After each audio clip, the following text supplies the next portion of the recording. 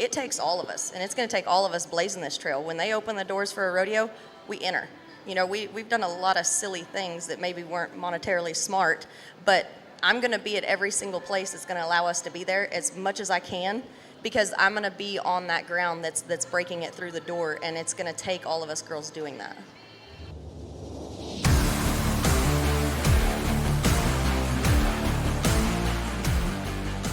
You're listening to the Breakaway Breakdown, the bi-weekly podcast featuring breakaway roping's top talents from the professional level down to the amateurs, news, and more. We're going to be covering the fastest sport on dirt. I'm your host, Caitlin Gustav.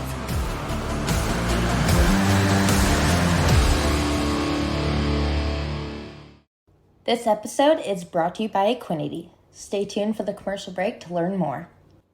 If you're a fan of rodeo, if you're a fan of breakaway roping, if you're a fan of women in rodeo, you're not going to want to miss this episode. This is Caitlin Gustav, and today on this episode of the Breakaway Breakdown podcast, you're going to listen to a special panel that came straight from the National Finals of Rodeo in Las Vegas. This panel was hosted by the editor of the Breakaway Roping Journal and my boss, Chelsea Shaffer. She hosted 3 phenomenal ladies for a Women in Rodeo and the Future for Women in Rodeo panel, and that is Jimmie Munroe, who is the WPRA president, Sherry Cervi, who is a 4-time world champion barrel racer, and Jackie Crawford, who's a 20-time world champion. On this episode, you guys are going to listen to everything from breaking ground, from what women are hoping to see in the future, what people can do as a whole to help push forward the future for women in rodeo, and so much more. So if you guys missed this panel from Las Vegas, you're going to get the chance to listen to it now. So enjoy and let us know what you guys think. All right. Hey, everybody. This is Chelsea Shaffer. I'm the editor of the Team Roping Journal, the Breakaway Roping Journal, and the host of the Score podcast. And the folks at Las Vegas Events asked us to get together today to do this panel on women in rodeo and the future of women in rodeo. So on Tuesday we did Legends of Rodeo, and I wasn't really too intimidated by the guys we had up here on stage, but I'm a little intimidated by you 3, so if you have to bear with me if I'm a little nervous. We have Jimmie Munroe, who is the president of the WPRA, a Hall of Famer in every Hall of Fame that there is with the sport of rodeo. Sherry Cervi, who needs no introduction, and Jackie Crawford, who is a 20-time world champion. 20, I got my number right. We have to change it every year, so it gets hard to remember. So we are here. We want to really talk about the sport of rodeo and women's place in it and how it's changed in the history of the sport, and where it's going. It's an interesting time to be a woman in the sport of rodeo right now. So I was hoping just to get started, Jimmie, could you give us some background on what was going on when you were pursuing world titles for women in the sport? What were some of the issues you were facing? Well, my first World's Championship was in the 70s. So the sport, it was growing. We'd been part of the national finals the barrel race had since 1967. And the purses were starting to grow. We were at all the major, rodeos, and the purses were really starting to grow. And then it was in the 80s where, we obtained equal money. In 1985 was the year that we had equal money at all of our shows. So there's been a lot of growth. It didn't just happen overnight, but there's been a lot of growth in the sport with barrel racing, and now we have the breakaway. Yeah, absolutely. And Sherry, when you were, you still are rodeoing, but when you started out, what were some of the issues that women were facing as competitors in the sport? I was lucky to come in, and the barrel racing was at all of the rodeos, and there was so many women before my time that got us to where we are when I started, and progressing, into where we are now. And so I was fortunate. I was a little girl, watched the NFR and wanted to run down the alley at the Thomas & Mack. And I love horses. I think that's the unique thing about rodeo and women is your connection with your horse. And, not only in other sports, you just worry about yourself. And in rodeo, you have a partner, and that is your horse. And, preparing yourself and your horse is a great experience, and I highly recommend it. Awesome. Jackie, you're at a watershed moment in the sport of breakaway roping for women. When you started this journey 15 years ago? We'll say that. Yeah, we'll say 15. Mhm. When you started Sounds this journey 15 years ago, did you think you would be here in 2021 having these conversations? No, absolutely not. When I started, I just was kind of a tomboy, and I just liked seeing the girls rope, and I liked it. I loved, I ran barrels before that, and so when I moved to Oklahoma and saw that girls actually did rope, and I was like, oh man, that looks really fun. And so I started doing that, but it was more like my goal. I said this on somewhere yesterday, I guess. When I started, people would ask, well, what do you want to do? And it's like, well, I guess there's not really a measurement for women ropers for, say, right now. And so I always said that I wanted to, this was my goal back however long ago, that when people talked about the greatest women ropers in the world, I wanted to be in the conversation, and I wanted to be in the Cowgirl Hall of Fame. That was kind of like, to me, the ultimate thing that you could do, and still is, but there's so many more opportunities now, and so many more titles that you can collect, and so many goals that we get to reset every single year. And so when I started, no, none of those. It was not like I want to win a world championship at in Las Vegas. Like, it wasn't even there. We'd set up the little things and run the barrels while you were watching the NFR, and that was about it. So definitely didn't know it was ever going to come to this.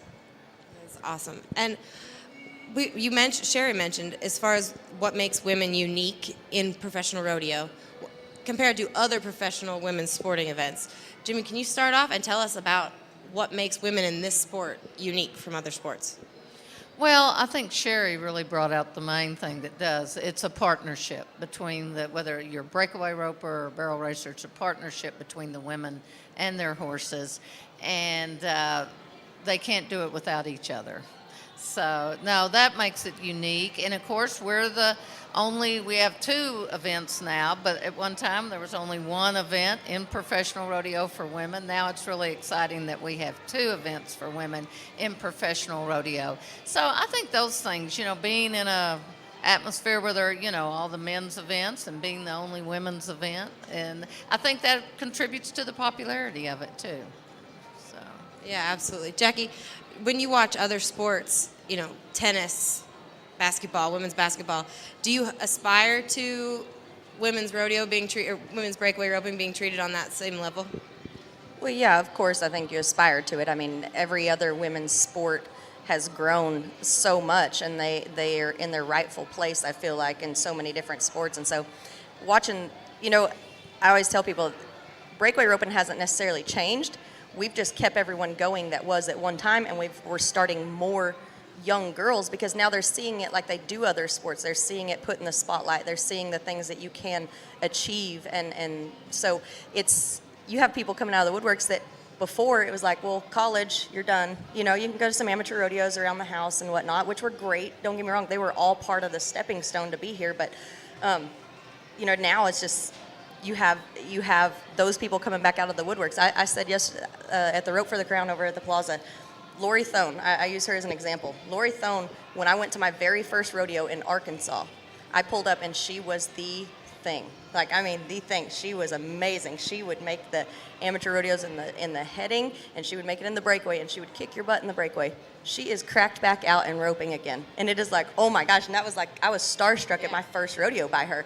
And so that was really cool to see, and we see that all the time now. And then you see like the little girls. I get pictures and videos of little girls that are, not just, like I said, setting up cups and running barrels. They've got their ropes out and they're on their rocking horses and they're roping things in their house while watching the TV. And so that's pretty cool, and I think it's really just growing to get to a level of the other women's sports. And Sherry, you had said when we were talking before, a lot of people don't know that you were a breakaway roper first or better? You were a better breakaway roper than a barrel racer? I did all the events, and I actually was a better breakaway roper when I was in junior high and high school. And, because I kind of knew that once you got out of college, there really wasn't an avenue to go that professionally. My love has always been barrel racing, I will be honest. I headed in that direction. I actually have thought about cracking back out. I roped last year for the first time in 25 years. And got bucked off, but I did do it, and it's something that I love, but I do think that it has allowed women. The really positive thing about barrel racing and breakaway is there's no age limit. That's what's really good. There is no prime.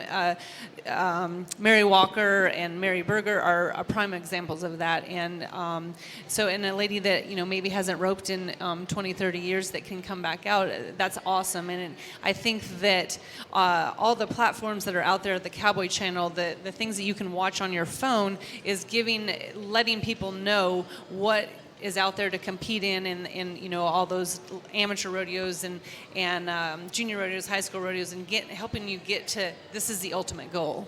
And I think it's a really great time for rodeo in general. How good would it be for the breakaway roping if Sherry Cervi cracked back out? I'm praying for it. That'd be awesome. That would be so awesome. It is pretty neat, though, because you have dual event people, just like, Taylor Hanchey this year. She's made it in the barrels and the breakaway, and I cannot wait to see how many more girls do that. I agree. Going through the rodeos, there were multiple cowgirls that entered the breakaway and the barrel racing, all year long. And so, it's exciting times. There are horses that stop at their place, too. I think Sherry would have no problem finding something that could stop decently hard for the breakaway, too. So I hope so. At Stephenville, Ariana won the all-around. Oh, yeah. Yeah, that's right. A girl barrel racing and breakaway roping won the all-around at the Stephenville Pro Rodeo. It was pretty awesome. That is cool. Yeah, I remember cool. That was cool. That was super cool. Now, Jimmie, what is the WPRA doing right now? What are some of your main initiatives with women in rodeo, or with breakaway ropers, in the breakaway roping field? What are you working on for 2023 or 2022? Just continuing to grow the event. In 20, there were only 50 approved breakaway ropings in professional and PRCA rodeos. This year, there were over 200.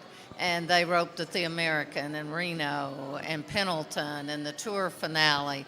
And so we want to continue to grow it, and it doesn't show any signs of the growth slackening up, because we've got breakaway roping at Fort Worth, San Antonio, and Houston this winter. So just trying to get it in as many rodeos. I think there's a possibility that it could be in 300 rodeos this year. We had so many last-minute approvals. People see it on the Cowboy Channel and places like that. Okay, well, we'll get a sponsor. We're going to have it at our rodeo. So they were coming in sort of last minute. So I think just continuing to grow the event. And I warned you that we were going to ask about this and we were going to have this conversation, but Yeah. What are the issues at play for the breakaway roping entering the Thomas and Mack? Well, there are a lot of logistics. I personally think yes, it's going to be there. But when you add another event to the national finals, there are a lot of logistics. There's a sponsor. This doesn't sound that important, but it is. There's got to be 15 stalls and 15 more places if you go out there and see how many trailers and everything. So there are a lot of logistics and calves and where to put it and the time frame. But it's coming because of the popularity of it, and yeah, it's going to happen. But those are things that we've got to work out, for sponsors and timing and work all those things. Jackie, on your end, what do you think the breakaway ropers can do right to make it happen?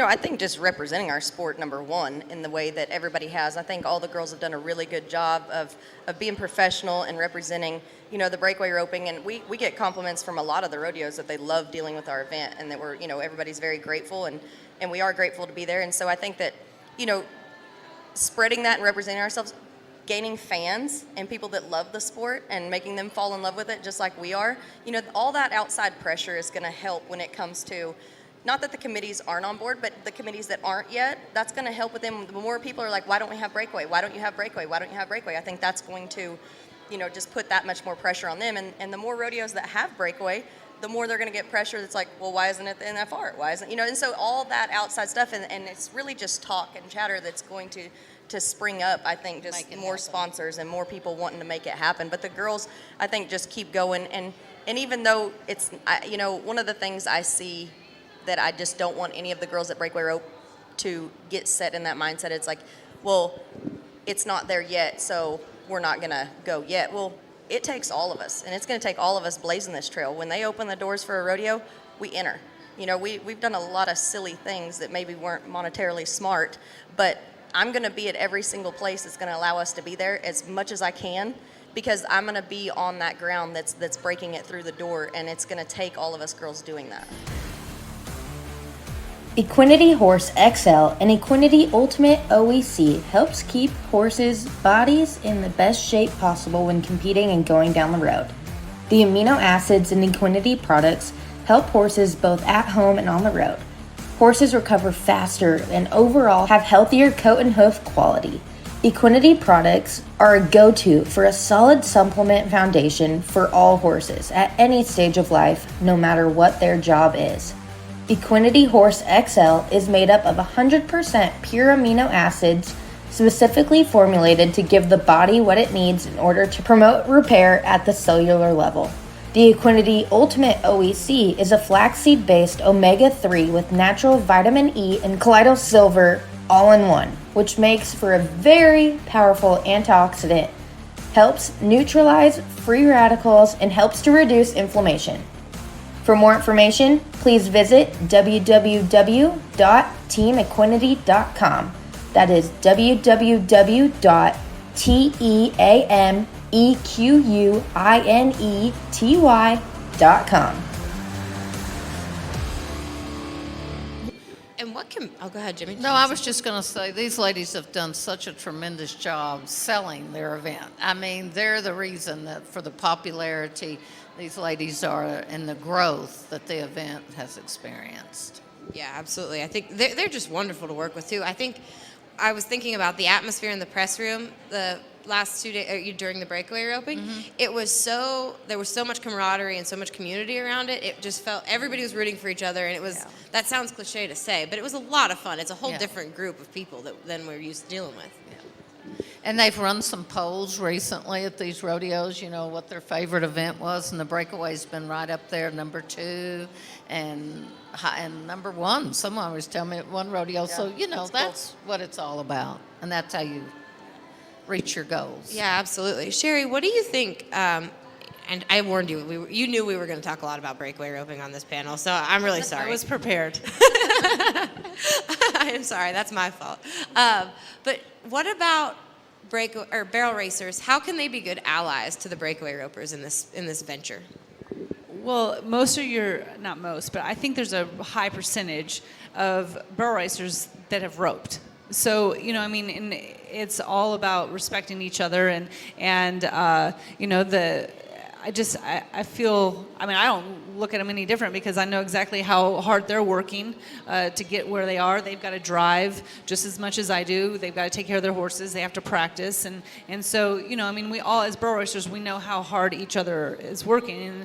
And, and I think just keep educating people, talking about how can you grow rodeo? Well, we're doing it by putting stuff out there on social media, but you tell your fans, hey, watch the Cowboy Channel, help your local little junior rodeo events to where these little girls can have a place to go and practice and get better, and little 4-H groups, and just all starting at the ground level, and these little girls are at the junior rodeos, they're going to want to go buy a ticket to the local rodeo to go watch Jackie rope, and so I think it starts from the ground up, and I would encourage people to do that, but I know Jackie works just as hard as I do. So, and I would speak for probably 99.9% of the barrel racers. We all know, everybody wants the same goal. We want to win.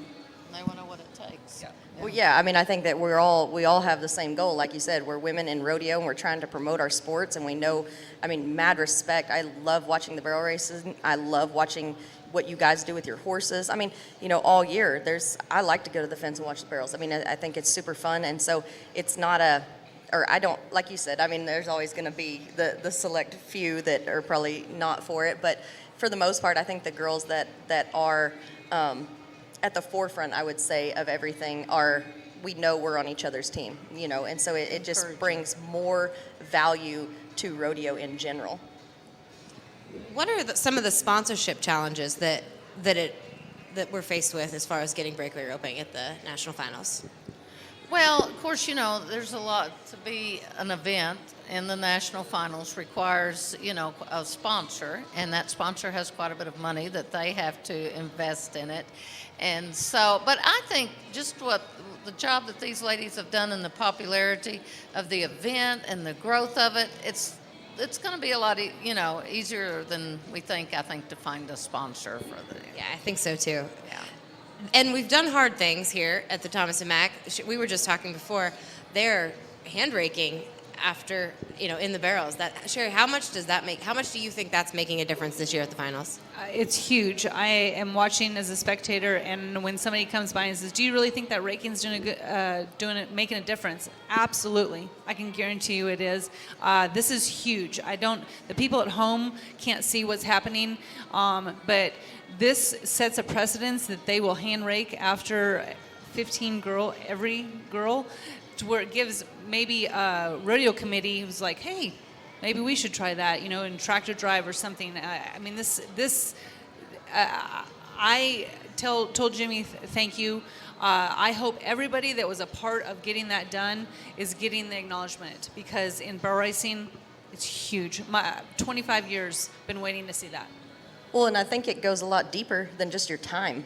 And a lot of people don't think about that. You have your life invested into a horse, and if he hits a bad spot, it could be done into the game for that horse. And that's just, it goes so much more deep than what most people see. It's not just about, it's not fair on the ground, or it's not times. It's way more than that for those girls. I know it is, because you have so much invested in, and it'd just be devastating. And so just that tiny little change can just make a horse's career or break its career. Can you tell us what you were talking about, how they're taking care of the ground this year throughout the day? Can you explain that a little bit more? Yeah, they're just doing a tremendous job with the ground, and Alan Reinheimer, the new general manager, has just been so concerned about it, and he really helped us to get the rake after every one. But they're checking the moisture content and in the depth, and they check it like 5 times a day and keep records of it. And after every performance, they're looking at the runs and seeing what they think of, needs improving. So they're just really taking an interest in it, and it's all completely new ground this year. So when you have new ground, there's a lot of concerns, but they're really doing a great job. And people don't realize how old the ground was, right?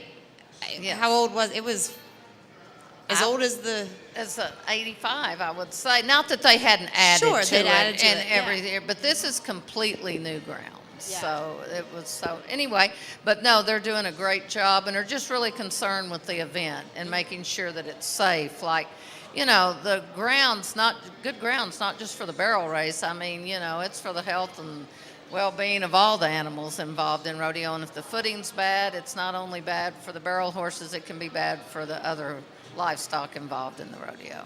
Yeah, absolutely. Can we talk a little bit about the horse? We talked a little about it at the beginning, but Jackie, start with you. Tell me about your connection with Kevin. He's the horse you rode.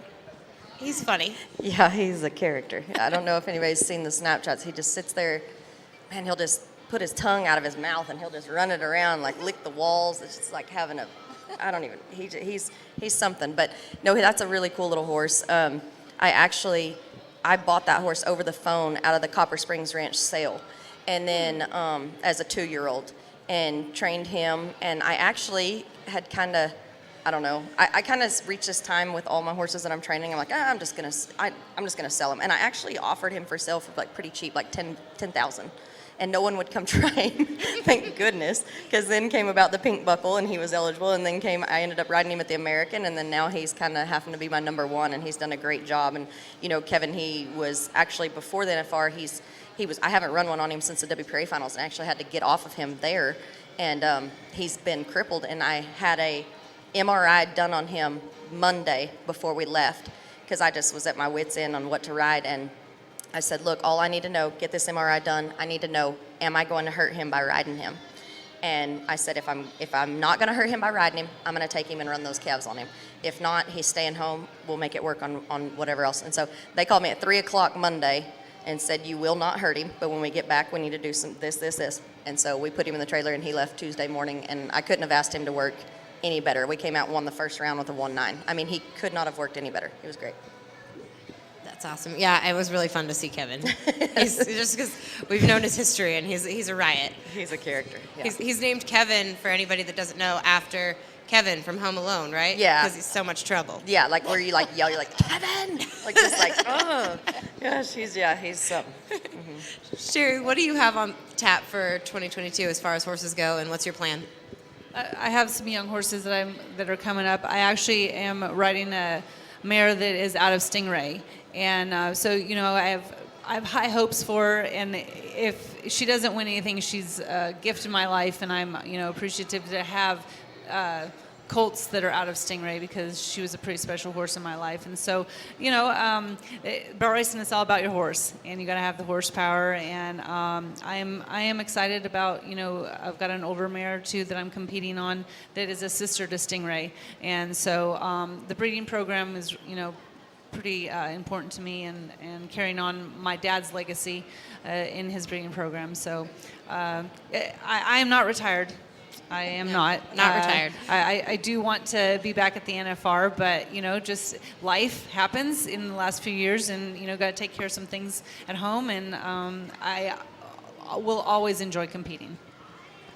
We are glad you're not retired. The sport would be lesser if you were retired, but we are also very glad that you are going to crack out in the Breakaway in 2022 as well. Absolutely. We're gonna start that rumor right here. Well, I'm coming to your house because I give Corey a hard time that he has all these heel horses that I can't break away on. So I'm going to come to your house, and we can convert those pretty easy. Okay. I was going to say, who says you can't breakaway on them? Nobody, except that we just don't have calves, or it's all about team roping or barrel racing. Okay. I was going to say, I didn't know if Corey was allowed to say you couldn't ride his horses. No. He's all for it. Oh, good. Yeah, you guys have a cross event house, because Stingray was obviously an awesome heel horse too. And yeah, I like my horses to do all different ends of the arena, and it's just another job to them, and we ranch on them, and I beg Corey to rope on my colts just because I think it makes them so much better. Jimmie, is there going to be any barrel? Are you fully retired while we're talking about retirement? I ride every day, Yeah. and got have some young horses in training, but Sure. no, I'm not planning to crack out in No? the breakaway or the barrel racing next year. Is there anything we could do? I mean, if it were good for the sport, you've done a lot that's good for the sport over the years. No? Probably not. No? Match roping? She's doing a lot for the sport on the sidelines. Just agreeing to be the WPRA president again is huge. Right? Are we allowed to ask, are you running again in 2022? Never mind, you don't have to answer that. I didn't ask you if I was I've said that I would. Oh, thank goodness. We're all happy to hear that. You have been the president over, what were the years that you've been the president? That's a quiz. A lot of years. Over the a lot of years. I first went on the board in 1976 as all-women's rodeo director, and then served as president for 18 years till 93, and then came back and served again in 12 and 13. And then I'm sort of like a bad penny, I just sort of turn up again. I've had the honor of serving with Jimmie on a board, and when people ask me about that, my experience, there was a lot of positives and a lot of negatives, but the best thing that I learned is being in a room full of executive men and listening to Jimmie talk is inspirational, because Absolutely. She really knows how to speak, and she never went in that room thinking that she was better than anybody, but she, had the respect of these gentlemen. And so just being a woman in the sport on the outside, not in the arena, it's big. And I appreciate what Jimmie has done for women in rodeo. Absolutely. Well, thank you, Jimmie. Thank you. Yeah, absolutely. Thank you, everybody, for stopping by. I'm so glad to see so many people that wanted to listen to us visit about things that are so very important to all of us here. So thank you all for coming, and thank you, Jimmie and Sherry and Jackie. Thanks for having us. Thanks for having us. Thank you. Thank you. Thanks for what you all do. Oh, thank you.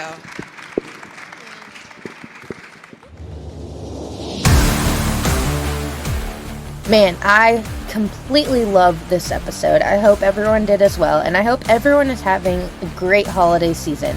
If you guys enjoyed this episode, don't forget, let us know. Leave us a rating and review wherever you listen to podcasts at.